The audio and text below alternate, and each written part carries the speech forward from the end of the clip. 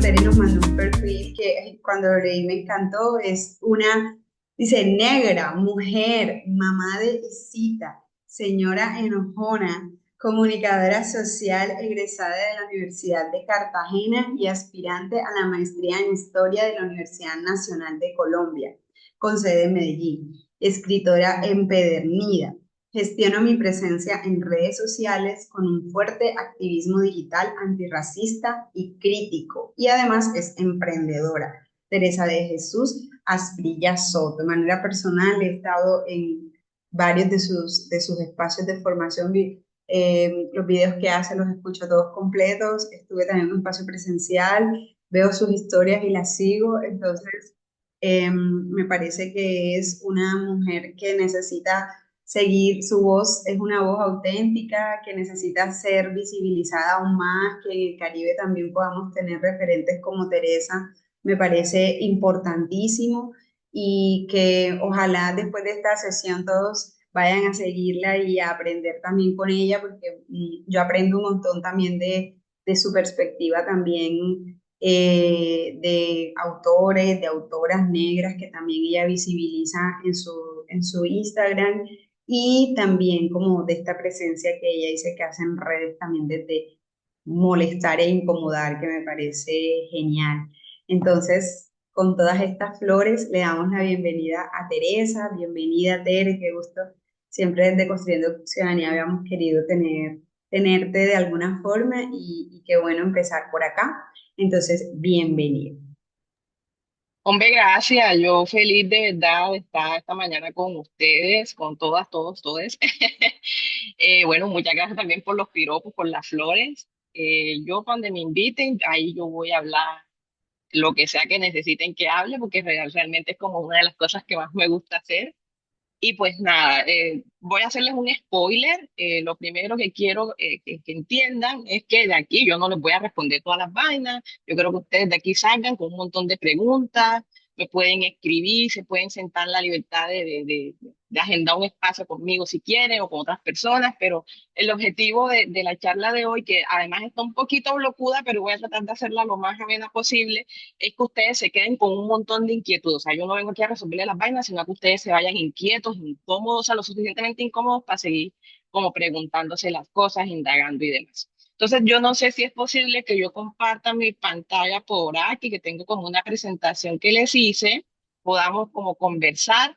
Y pues básicamente es un activismo, es un laboratorio de activismo por la democracia, ¿cierto? Y el enfoque de hoy es una sesión de herramientas muy básicas, ¿cierto? Porque el tema de antirracismo es muy extenso, tiene muchos términos, tiene mucha bibliografía, tiene muchos referentes, pero vamos a empezar como con cositas muy básicas para que ustedes se lleven como las inquietudes, ¿cierto? De antirracismo con enfoque interseccional, que bueno, yo también tengo mis asuntos con la interseccionalidad, pero como es una sesión sobre herramientas básicas, vamos a ver de qué se trata, pues, estos temas. Pero antes de empezar, yo quería compartir con ustedes unas definiciones rápidas para que podamos estar como en contexto. Entonces, lo primero que hay que entender es el concepto de raza, ¿cierto? Yo traje aquí como dos definiciones.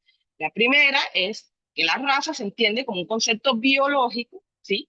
Que denomina cada uno de los grupos que se subdividen en algunas especies biológicas cuyas características diferenciales son transmitidas genéticamente, ¿sí? Entonces ya vamos entendiendo que la raza es un concepto prestado de la ciencia de la biología, ¿sí? Por herencia.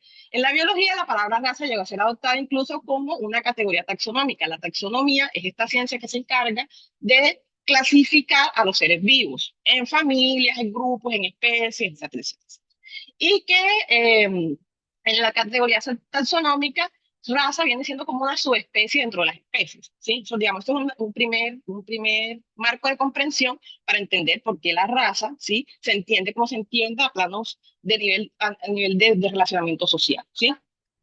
Luego tenemos la raza, ¿cierto? Con un proceso sociohistórico mediante el cual se crearon diferentes categorías o clasificaciones raciales en el marco de los procesos de colonización de Europa en África, en América y en el resto del mundo, ¿sí? Entonces, el objetivo de la raza era tratar de explicar las diferencias fisionómicas, culturales, étnicas y de todo tipo existentes entre los diferentes grupos humanos, ¿sí? Creando en el proceso unos procesos de desigualdad que propiciaron la jerarquización social de las sociedades, ¿sí?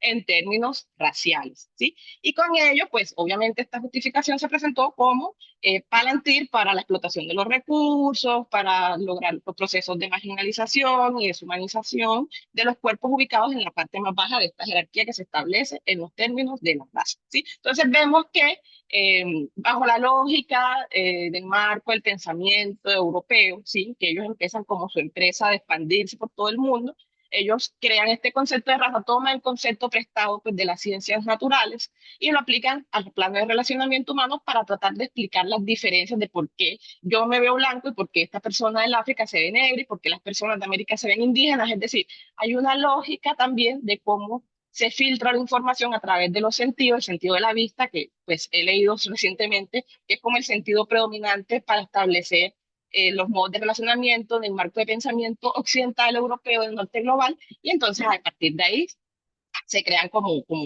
la raza, digamos, la raza y la racialización como unos procesos que son concomitantes. O sea, no hay raza sin un proceso de racialización previo, ¿cierto? Entonces, a partir de la raza y de la racialización, también tenemos el racismo, ¿cierto? Que es un aparato de dominación ideológica, ¿sí? Que se desprende de la blanquitud como esta idea de la raza que es superior, ¿sí?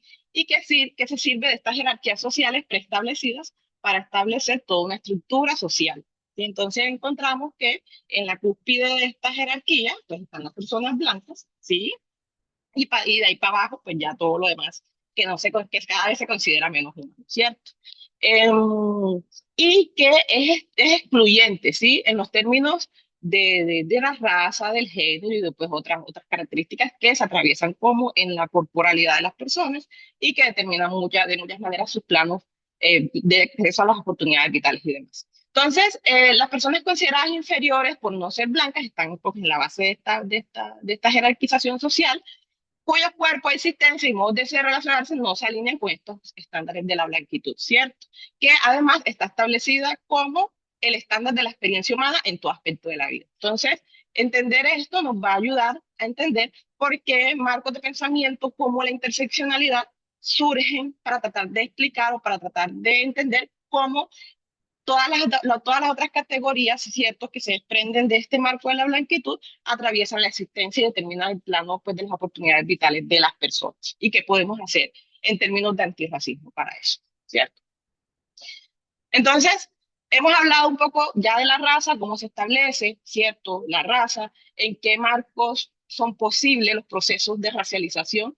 Y para entender eso, es importante también entender que la colonización, ¿cierto? Es que es el acto de ir, dominar un país o territorio, ¿cierto? Lo que hemos siempre escuchado como la conquista, ¿cierto? No es más que un proceso de expansión imperialista, ¿sí? Por parte de otro. Entonces, el territorio que es dominado se convierte en la colonia. El otro territorio que la domina es la metrópoli. ¿Sí? Hay como estas dos categorías. Los procesos de colonización suelen darse de múltiples maneras a la vez. ¿Sí? Tienen un carácter político, un carácter militar, cultural, pero sobre todo la base de estos procesos de colonización son económicas. Hay que olvidar, no hay que perder de vista que cuando Cristóbal Colón coge su flota y empieza a navegar por otro lado del mundo, lo que estaba buscando era la extracción de recursos naturales de otras partes del mundo. ¿Cierto?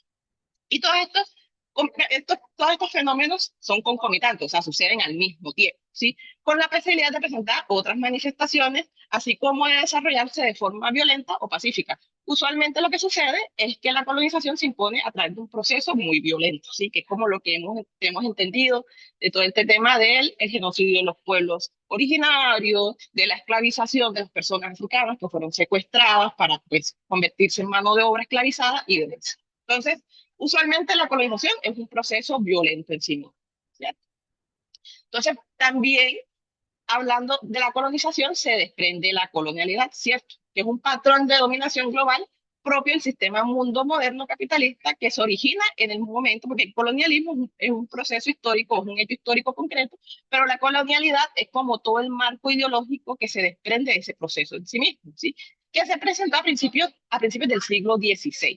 En este marco propositivo, la dominación se erige como un elemento más general de las relaciones de poder y por ende se constituye como su condición básica, ¿exacto? O sea, hay un momento en que Europa llega a otras partes del mundo se generan como todos los procesos de dominación, entonces obviamente digamos, el poder o las relaciones de poder son su condicionamiento básico.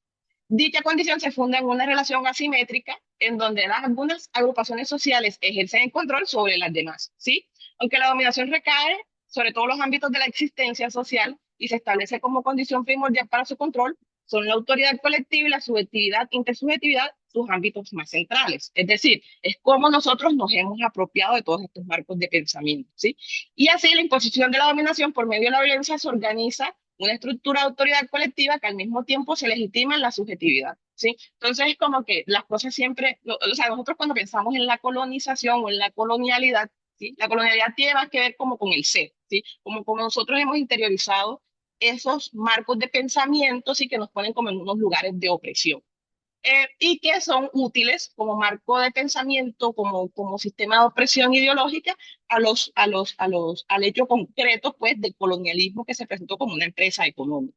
Entonces, entendiendo la colonialidad, entendiendo, pues, el colonialismo, o sea, son dos cosas concomitantes, pero son dos cosas diferentes. La colonialidad como, digamos, todo este esquema mental, ideológico de opresión que se genera para darle sustento a las lógicas extractivistas del colonialismo. Entonces, no sé si me siguen hasta ahí. Luego, pues, entender un poco qué es la blanquitud, ¿cierto? Primeramente, tenemos que, es un campo disciplinario de investigación que estudia, analiza, describe los principales aspectos culturales, históricos, antropológicos, sociológicos de las personas identificadas como blancas y la construcción social de la idea de la blanquitud como una ideología de dominación racial predominante. Entonces, todo este tema de la blanquitud no es posible, pues, más allá de un marco de comprensión colonial, todo el tema de la raza también, porque antes de eso, pues las personas no se relacionaban socialmente a través de estos constructos sociales de la raza, ¿cierto? Que vienen también como amarrados a un determinismo biológico, es como que las personas que están en ciertos lugares son de tal manera y por eso son mejores o peores, ¿cierto? Pero además la blanquitud es un precepto asociado a la noción de una superioridad racial que es construido socialmente a lo largo de la historia. O sea, esto no surgió en el vacío, entonces, esto en algún momento se fue construyendo, ¿cierto? Y con el paso de los años se ha ido reforzando pues ese entramado de saberes, de aspectos ideológicos y demás que le dan sostén como a toda la estructura de la colonialidad del saber. Entonces, este precepto de la blanquitud también es utilizado para justificar la discriminación hacia las personas que no son blancas. Hay que entender también que los procesos de racialización se hacen a través de la visualización del cuerpo. O sea, no es posible hablar de personas que son blancas o que no son blancas sin entender que hay una lógica predominante del sentido de la vista para tratar de explicar el mundo. Y eso es lo que sucede en el momento en que Europa empieza como a marcarse en esta empresa, pues colonial en el resto del mundo. Entonces, cuando ven que las personas no se parecen a ellos, que de pronto sus circuitos culturales no se parecen a los de ellos, establecen este concepto de la raza para tratar de explicar todas esas diferencias, pero además para que esas diferencias sean justificantes de todo lo que vino después. Entonces, importante entender por qué se generan como estas definiciones, porque por ejemplo en el caso de nuestro país, Colombia, de los países latinoamericanos, nosotros somos producto de un proyecto colonial, nuestras sociedades son producto de un proyecto colonial, ¿cierto? Y en ese sentido también somos producto de unos procesos de mestizaje, unos procesos de asimilación cultural, y todas las variantes que se pudieron haber generado del racismo en ese sentido. Entonces el colorismo es una de esas variantes del racismo, ¿sí? Que solo se pueden entender en nuestras sociedades mestizadas, ¿sí? Entonces, por ejemplo, en nuestras familias, por ejemplo, sucede que hay personas de todos los colores, ¿sí? Pero entender que el colorismo es una de las variantes del racismo nos permite también entender que se establece una especie de pigmentocracia, ¿cierto? Que asigna o deniega privilegios y o derechos basándose principalmente en el color de la piel y las características físicas de las personas. Entonces es un poco lo que les decía Irina cuando hablaba de que a ella le interesaba hablar de cabello, que a ella le interesaba hablar de su raza y todas esas cosas porque son elementos que nos atraviesan el cuerpo, que nos atraviesan la existencia y que de plano tienen que ver con nuestra experiencia vital en el marco pues, de estas sociedades que son herederas de un proyecto colonial, ¿sí? Cuya premisa sigue siendo la de establecer una serie de desigualdades, ¿sí? Entre la gente que permitan sostener el sistema en términos racistas, con consecuencias especialmente nefastas en la vida de las personas que están ubicadas en la parte más negra del espectro racial. Entonces, eso es el colorismo, ¿sí? Es una variante más del racismo y que solo también es posible, pues, en el marco de nuestras sociedades que vivieron procesos de mestizaje y de asimilación cultural, porque además el mestizaje tenía como finalidad el blanqueamiento, pues, de todas esas características indeseables que convertían a las personas en menos humanas, ¿sí? En el marco del sistema.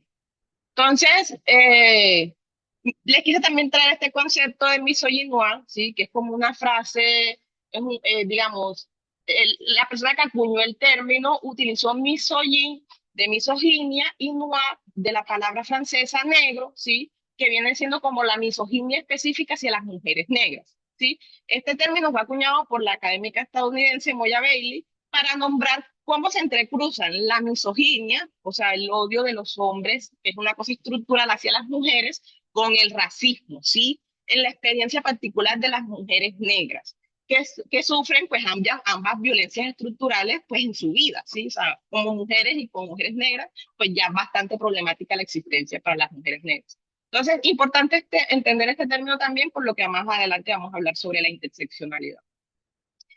Sobre lo decolonial, que es el concepto de la decolonialidad, da cuenta del pensamiento que analiza críticamente todas las cosas de las que hemos estado hablando. Analiza críticamente la raza, analiza críticamente el género, analiza críticamente todas estas categorías surgidas, otras categorías sociales surgidas del marco del pensamiento colonial, ¿sí? Que en el capitalismo global, en nuestras sociedades contemporáneas, persisten bajo forma de conocimientos totalizantes que reafirman los binomios o los binarios de dominador y dominado, ¿cierto? Entonces todos los asuntos de los binarios de género, todos los asuntos de los binarios de raza, de clase y demás, entran como a mirarse críticamente o en reversa a partir de unos lentes decoloniales. Se trata de pensamientos que se producen desde un marco de conocimiento situado. En este caso, por ejemplo, en mi experiencia se sitúa digamos, toda la crítica que yo hago del sistema se sitúa en mi experiencia siendo una mujer negra, o sea, habitando el mundo en el cuerpo de una mujer negra, ¿sí? Y que se hace de identidades y espacios geopolíticos que han sido subalternizados o que están en una posición de inferioridad por el mismo sistema, que imaginan y accionan otros modos de habitar el mundo. Plantear la producción de imágenes desde una estética decolonial supondría, de acuerdo a estos conocimientos críticos, desmontar la representación eurocéntrica del mundo, que es sexista, que es racista, que es patriarcal, que es clasista, que es aporofóbica, es decir, es todas estas imágenes que le han dado forma, ¿sí? Al canon visual del pensamiento hegemónico occidentalizado del mundo. Entonces, pensar en clave de colonial es darle una reversa a todas las narrativas que han construido la forma de ser y las formas de relacionarnos nosotros mismos en el marco de este sistema que sigue siendo colonial, que sigue operando en sus lógicas colonialistas, ¿sí? Y la deconstrucción que viene con, digamos, amarrada a estos procesos de empezar a pensar en clave de colonial, se puede entender como un proceso mental, ¿cierto? Intelectual, que se propone cuestionar todas las categorías sobre las que erigimos nuestros sistemas de pensamiento, ¿sí? Y que son la base del uso, digamos, cotidiano del lenguaje, la forma en que nosotros nos referimos a nosotros mismos, a las personas que están con nosotros, todo este tema de que el pelo malo, de que hay que mejorar la raza, todas esas cosas, ¿sí? Empiezan a desmontarse a partir de los procesos de deconstrucción, ¿sí? En otras palabras, el núcleo de la deconstrucción, ¿sí? Como movimiento del pensamiento, es la desestabilización de todas las categorías conceptuales que tradicionalmente las hemos dado por sentado. Entonces nos empezamos a cuestionar por qué el pelo malo, ¿sí? Nos empezamos a cuestionar por qué las mujeres negras tal cosa, nos empezamos a cuestionar todos los estereotipos y todas las imágenes estereotipadas que siempre hemos escuchado sobre ciertos grupos poblacionales y empezamos a construir unos nuevos sistemas de pensamiento a partir de esa deconstrucción.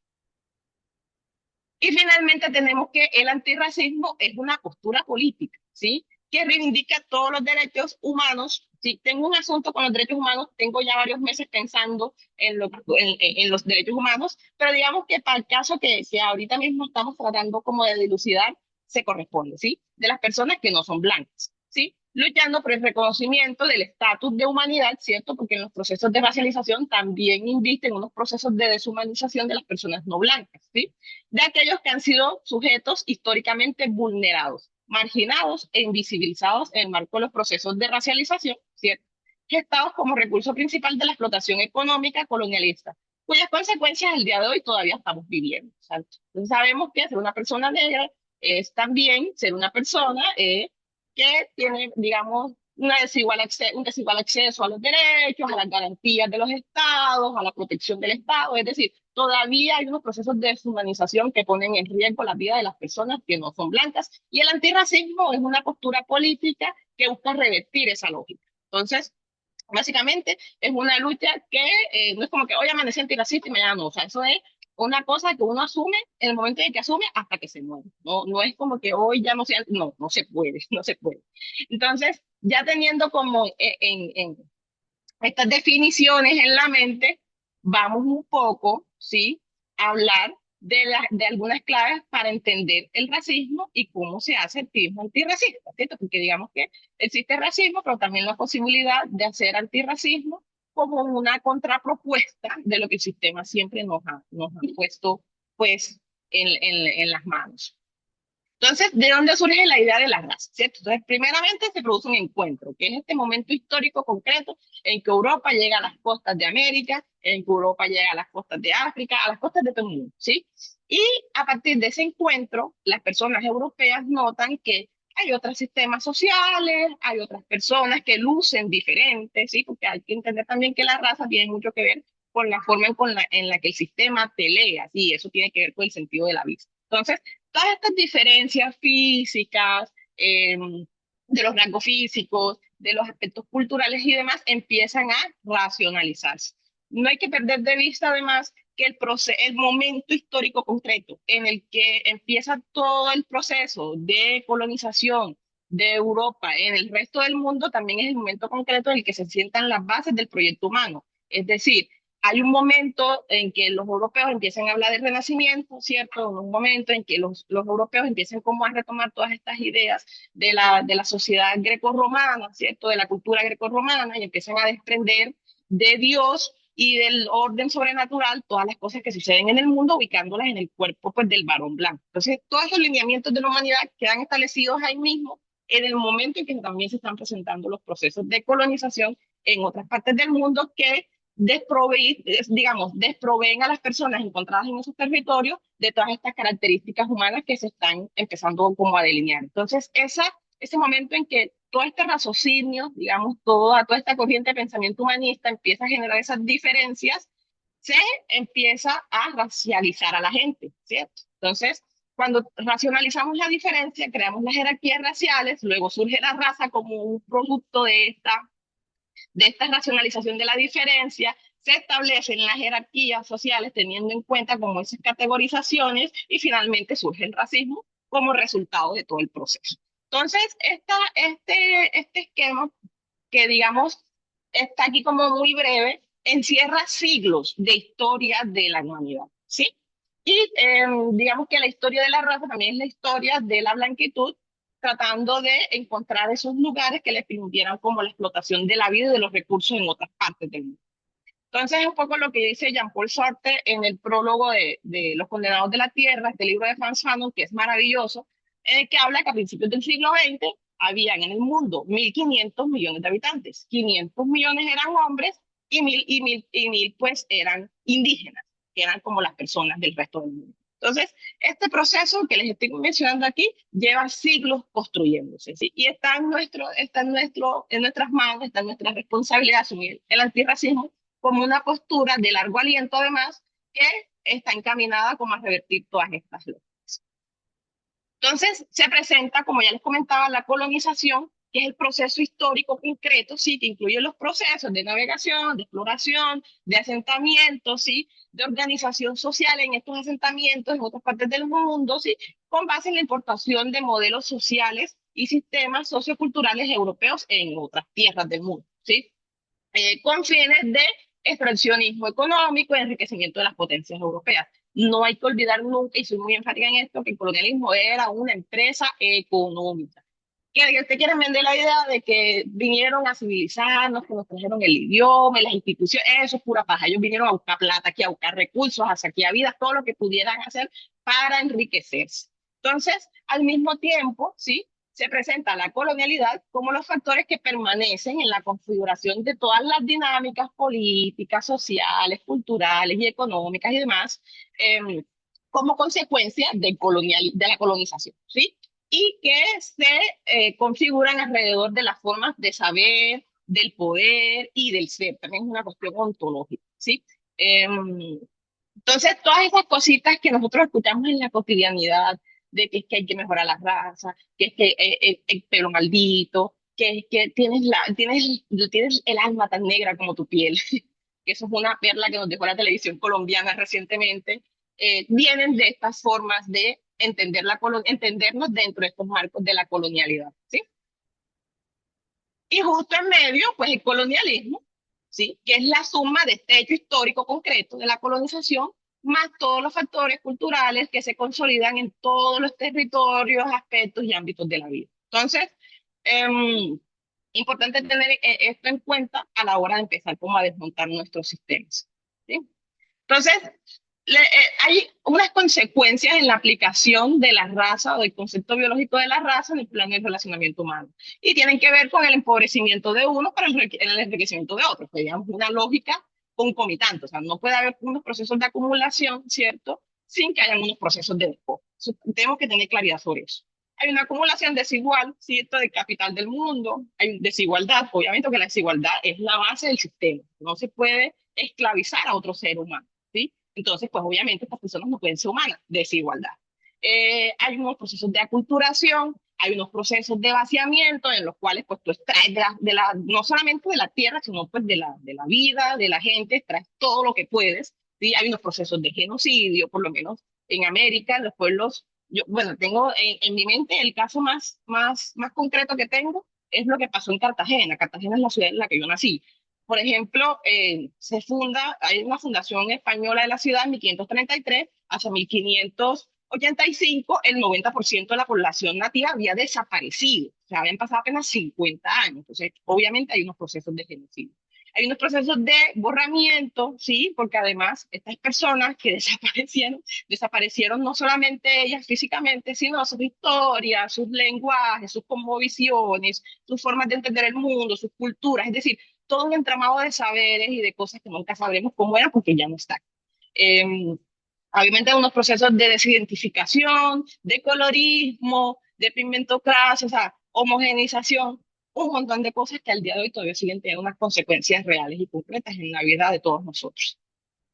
Me van comentando o cómo voy con el tiempo, porque ajá, yo también me emociono y tal. Entonces, también sucede Quedan que, 10 minuticos, quedan 10 minuticos. ok, ok, yo creo que logramos avanzar ahí lo que falta y si no, pues ahí me robar otros 5 minutitos. Entonces, todas estas cosas, que estas consecuencias que les mostré en la diapositiva anterior, se traslucen en un racismo material y en un racismo simbólico. Racismo material que tiene que ver con las condiciones o que tiene unos impactos reales y concretos en las condiciones materiales de vida de las personas racializadas. Por ejemplo, yo no sé si se acuerdan, en el momento en que sucede la pandemia, al Chocó, en todos sus años de existencia como departamento, llegó apenas el primer hospital con camas de UCI. ¿Sí me entienden? Entonces, todos estos condicionamientos de desigualdad también tienen unas consecuencias concretas, materiales en la vida de las personas, pues, que no son blancas en el marco del sistema. Y existen unos racismos simbólicos que tienen que ver como con la sobrerepresentación de las personas blancas en el espacio público, en el ámbito de la política, en el entretenimiento, en la literatura, es decir, es todo este borramiento o todo este ignorar que existen otras formas de ser humanos más allá de la blanquitud, ¿sí? Ambas cosas son concomitantes, es decir, no se puede solucionar los problemas históricos, materiales y concretos de las comunidades no blancas cuando estas comunidades ni siquiera existen en el radar del debate público, ¿sí? Como que las personas no blancas no existen, entonces no tienen problemas y no se pueden solucionar esos problemas. Sí, no están en el diálogo, no están puestas sobre la mesa, no están en el espacio público, no se están debatiendo. Entonces, todas estas cosas impactan de manera concreta en la vida, en la experiencia pues, de la vida de las personas no blancas. ¿Sí? Es como asumir una postura antirracista como un compromiso permanente. Es un poco lo que decía Angela Davis cuando explicaba que no basta con no ser racista en un mundo que es racista, hay que ser antirracista, ¿sí? Porque no ser racista es simplemente es como, bueno, o sea, las cosas son así, no puedo tomar como una acción concreta. Ser antirracista es revertir como todas esas lógicas del mundo que nos han dicho que las cosas son así. ¿Por qué? ¿Desde cuándo? ¿A quién le conviene que sean así? Entonces, eso es lo que empezamos a cuestionarnos cuando empezamos a asumir una postura antirracista, ¿sí? Y que estas posturas antirracistas además están conectadas como con la experiencia de nosotros en este mundo, cómo nos ha leído el sistema y a partir de ahí, cómo hemos ido experimentando la existencia a partir de todas estas prerrogativas. Entonces, claves para descolonizar el pensamiento en los procesos organizativos, que es un poco como la línea que me dieron. Lo primero es reconocer los propios sesgos que tenemos. Entonces, algunas herramientas prácticas para la deconstrucción en términos antirracistas. Empezar a cuestionarnos el uso del lenguaje, ¿sí? Cuando pensamos, por ejemplo, en las personas negras del mundo, ¿en qué pensamos? ¿Sí? ¿Qué pensamos, por ejemplo, cuando escuchamos la palabra esclavos? No pensamos en una persona blanca, ¿sí? Entonces, el lenguaje, ¿cierto? Como una de estas formas cotidianas de formar el pensamiento y el relacionamiento de unos con otros, es importante para empezar a desmontar todas esas estructuras, ¿cierto? Y a partir de ahí uno se va dando cuenta que también tiene sus sesgos. Entonces, importantísimo el lenguaje. Les recomiendo Descolonizar la mente de Ngugi wa Thiong'o, un escritor keniata que pone sobre la mesa, digamos, cómo la imposición de estos idiomas coloniales también tienen que ver como las formas en las que pensamos y nos relacionamos con los demás y con el mundo y con nosotros mismos, además. Entonces, descolonizar la mente para descolonizar el lenguaje es un poco un ejercicio intencionado, ¿sí? Un poquito desgastante, pero necesario. Entonces, por ejemplo, si en vez de decir esclavitud, ¿sí? Empezamos a decir que es un proceso de esclavización, que decir que fueron personas esclavas es entender que nacieron esclavas, y no fue así. Personas nacieron en libertad, fueron secuestradas, fueron obligadas a ser esclavizadas, luego su descendencia también fue obligada a estar esclavizada, es decir, hay un proceso en medio, no es una característica inherente pues de las personas negras en la historia de la humanidad. Que por eso la ONU les decía que acaba de reconocer que lo que pasó con nuestros ancestros y ancestras que fueron esclavizados es el peor crimen que hemos cometido contra nosotros mismos, ¿sí? Y siempre de decir que eres negra pero bonita, no decimos que eres una mujer negra, una mujer hermosa, perdón, una mujer hermosa, o sea, porque tienes que añadir la categoría racial como si fuera, como si fueran dos cosas mutuamente excluyentes. Y si en vez de decir que eso eres muy inteligente para ser negro, solo admiramos la capacidad de las personas por lo que son, sin aludir a su condición racial. Y si en vez de reproducir estereotipos sobre la gente racializada, simplemente nos tratamos como personas, ¿sí? Eso por un lado, son como cositas muy básicas, pero que definitivamente si las empezamos a poner en práctica de manera consciente, cambia mucho el plano del relacionamiento, tanto con nosotros mismos como con los demás, ¿sí? Sobre los imaginarios, ¿sí? Cuando pensamos en los lugares donde viven las personas negras y las personas racializadas del mundo, en sus culturas, en sus condiciones materiales de vida, ¿en qué pensamos, sí? ¿En qué pensamos cuando alguien habla de continente africano, sí? ¿En qué pensamos cuando alguien habla del empobrecimiento, del hambre, de la guerra, sí? ¿En qué pensamos cuando alguien habla de ayudar a los más necesitados? ¿Quiénes son estas personas más necesitadas y por qué? ¿Por qué pensamos sobre la base de estos imaginarios? ¿Qué hay construido alrededor de estos imaginarios? Porque los imaginarios no suceden en el vacío, no se construyen en el vacío, tienen todo un aparato, sí, de dominación ideológica, con unas narrativas que se han ido legitimando a lo largo del tiempo, que sostienen como todas estas imágenes, ¿sí? Finalmente, sobre el síndrome del Salvador Blanco, porque también como personas negras nos ha acontecido el síndrome del Salvador Blanco. O sea, es importante reconocer eso. Entonces, cuando pensamos en calidad de vida o en la civilización, incluso, ¿en qué pensamos? ¿En qué pensamos cuando habla alguien de la idea del desarrollo? ¿Sí? ¿En qué pensamos cuando alguien nos da los parámetros que definen la felicidad o el avance de una sociedad? Entonces, pensamos, por ejemplo, en rascacielos o en vías, no sé qué, o en desarrollo tecnológico, sin tener en cuenta que de pronto antes de los procesos de colonización habían comunidades o habían culturas enteras que tenían unos sistemas propios de desarrollo que eran, digamos, estaban de acuerdo o eran, digamos, coherentes con sus contextos, con sus lugares, con sus climas, con sus formas de relacionarse con el medio ambiente, es decir, que no necesariamente la importación del modelo europeo representa una mejora en la condición de vida de las personas en un territorio. Si no me creen, miren lo que está pasando en Sudán, miren lo que está pasando en el Congo, miren lo que está pasando en Haití. Entonces, pensar también sobre todas esas cosas es un poco también como empezar a desmontar las creencias que nos han vendido a Europa o al norte global como pues la aspiración, cuando lo cierto es que ellos no son lo que son por mérito propio, sino porque han saqueado todas partes del mundo a través de los procesos de racialización y demás, ¿sí? Entonces, teniendo en cuenta lo anterior, aquí les voy a dar un par de claves para entender o para aplicar enfoques de interseccionalidad, ¿cierto? Entendiendo que la interseccionalidad es un enfoque, digamos, analítico, ¿sí? Y político que examina cómo diversas categorías, como la raza, como la clase, como el género y demás, em, interactúan y se superponen unas con otras en la experiencia de un individuo, ¿cierto? Que está en el marco de un sistema, ¿sí? Em, y que estas categorías se interponen o se entrecruzan, interactúan creando sistemas de opresión y de privilegio, ¿cierto? Que generan discriminaciones que pueden ser múltiples. Un poco lo que les hablaba yo cuando les decía que es difícil habitar la vida en el cuerpo de una mujer, pero que además es una mujer negra, porque vivimos en un mundo racista, en un mundo machista, misógino, patriarcal, ¿sí?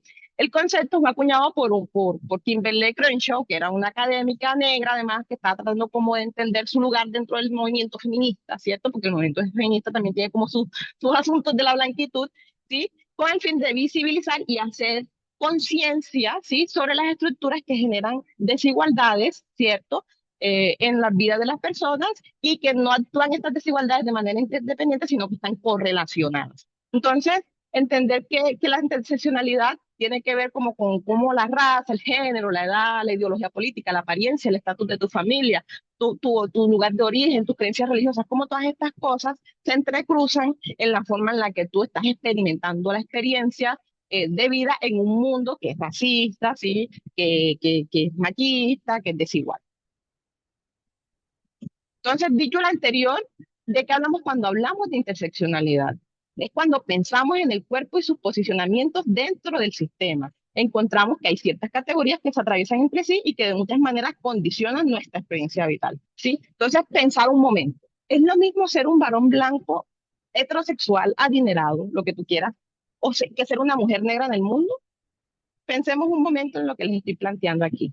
¿Es lo mismo ser una persona adinerada del norte global que alguien empobrecido en el tercer mundo? Pues claramente no. Ahí es donde se empiezan a entrecruzar estas categorías de la raza, de la clase, y no sé qué, en la experiencia pues, de las personas en concreto. Sí, y que además estas categorías también definen mucho o condicionan mucho el plano o el acceso, el plano del acceso a derechos, eh, a privilegios y demás. ¿Sí?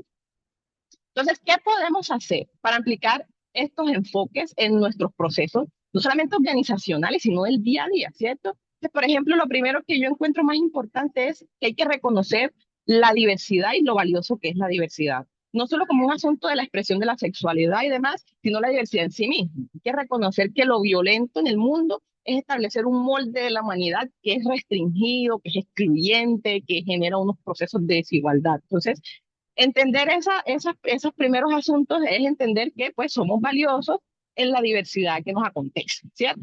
A partir de ahí, si, por ejemplo, si trabajamos en una organización, lo primero es establecer protocolos precisos para evitar injusticias basadas en la raza, en la clase, en el género. Tú sabes que, por ejemplo, voy a tomar este discurso un poco de la feminista, se habla mucho de la desigualdad salarial. ¿Por qué? Porque estamos en un mundo que es misógino, claramente, ¿cierto? Que no reconoce el valor del trabajo de la mujer como igual al del hombre. Por poner un ejemplo muy concreto. Entonces, cuando en nuestras organizaciones o en nuestros procesos, incluso en el plano del relacionamiento diario, empezamos a desmontar estas ideas, empezamos a reconocer, ¿cierto? Que hay personas que la tienen más difíciles por ser las personas que son y por habitar el cuerpo que habitan en este mundo que tiene como sus prerrogativas en torno pues a la raza, a la clase, al género y demás.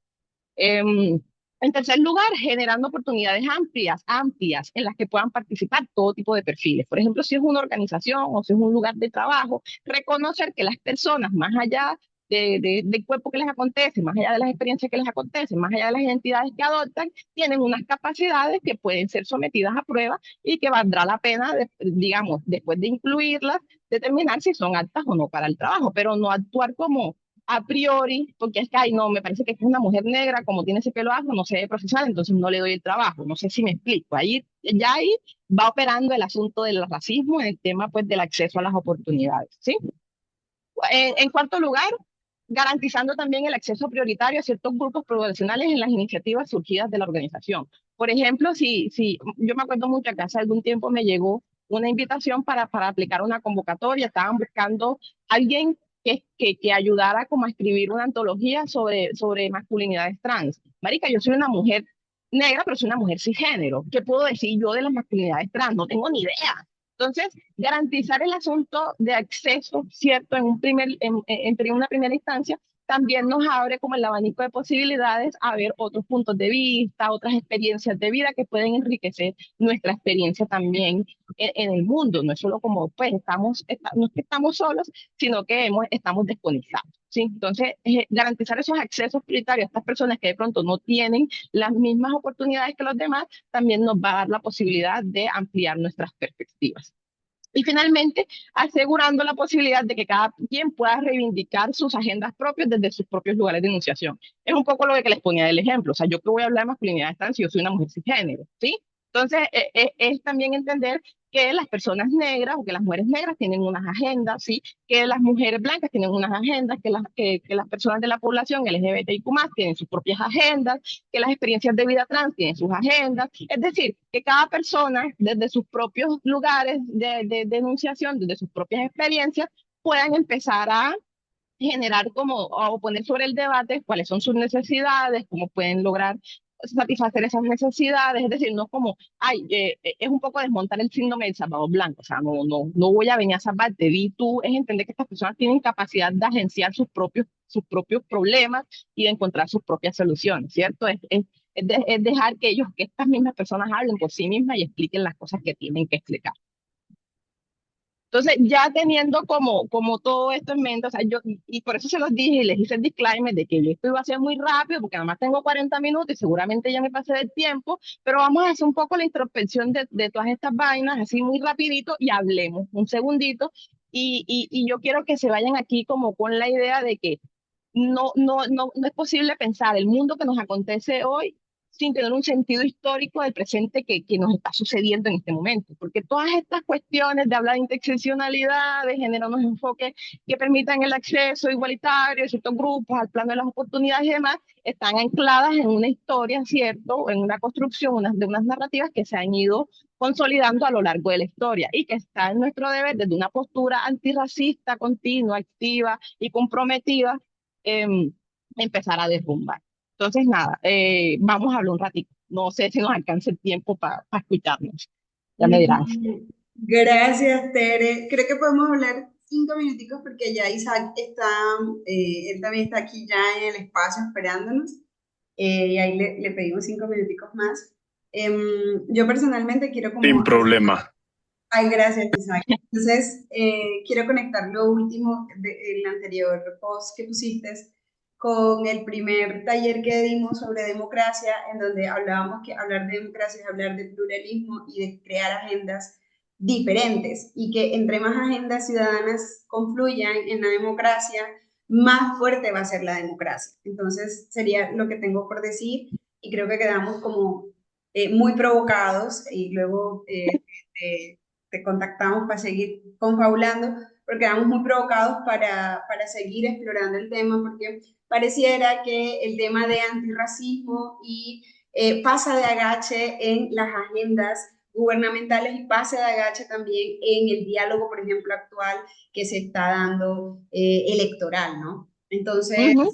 me parece súper importante y más porque aquí estamos con 25 jóvenes de 25 organizaciones de base juvenil del Caribe, que además hacen activismo regional y territorial, y a veces hacemos activismos alejados de toda esta conceptualización que es muy importante sobre el antirracismo, y además para poder reclamar justas luchas necesitamos conocer también este tipo de abordaje, ¿no? Y cómo lo vivimos y cómo lo sentimos también. Entonces, muchas gracias, Tere. No sé si ¿hay alguna pregunta, algún comentario de los participantes, de las participantes?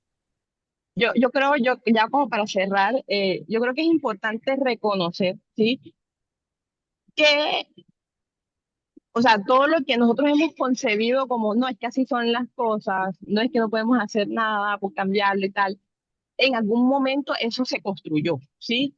Y si lo pudimos construir, obviamente, un proceso de construcción histórica, ¿sí? Tiene siglos aconteciendo. No lo vamos a cambiar hoy. O sea, lo que yo estoy haciendo hoy a veces yo me pregunto si vale la pena, o sea, porque realmente cada día que me levanto encuentro una nueva noticia, una racistada más grave que la anterior.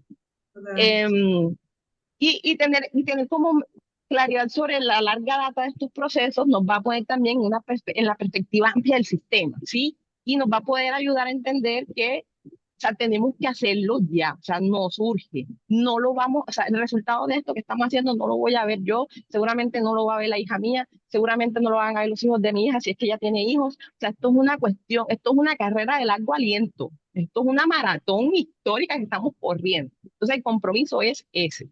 Y también un poco entender que es importante, yo escuchaba un poco de la charla que daba Irina sobre activismo, sobre activismo pues en general, pero cuando tú haces activismo antirracista, que es como una cuestión muy específica, van a haber unos dolores muy intensos que vas a empezar a localizar, ¿sí? Y el tema de cuidarse la mente y de cuidarse también de los espacios, de construir una colectividad que te sostenga, también es súper importante, porque van a haber días en que tú sientas que lo que estás haciendo no sirve y vas a querer tirar la toalla, pero lo que les decía al principio, o sea, no se puede asumir una postura antirracista hoy y decir mañana que yo no voy a seguir con esto, no se puede. O sea, esto es cuando tú te das cuenta que estás viviendo el mundo en un cuerpo negro hasta que te mueres, ¿sí? Y le dejas la tarea que sigue y te conviertes en ancestro, ¿sí? Y te conviertes en un referente que las personas van a empezar a de pronto a recogerse en tus palabras y el camino sigue. Y es una carrera histórica, ¿sí? Además, por el reconocimiento, ya empezamos, allá la Un ONU, que yo no relevo. sé sí, o sea, yo no sé si eso sirve para algo, pero hemos reconocido en primera instancia, sí,